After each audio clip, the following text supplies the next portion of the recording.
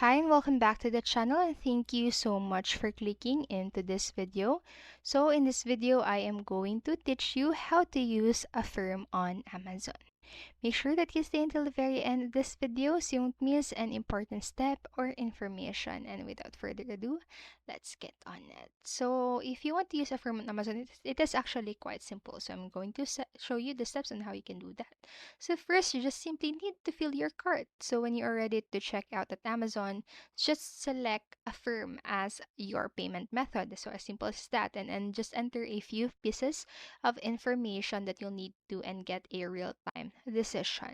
And then you can choose how to pay. So select the payment schedule that works for you and just make simple and easy payments. So download the Affirm app or sign in at affirm.com. So and then Affirm will send you reminders so you don't forget to make your payments. So that's it for this video, and I hope this helped you. And if it did, please make sure to like, subscribe, and hit notification bell button so you won't miss a video. Thank you so much for watching and have a great day. Bye bye.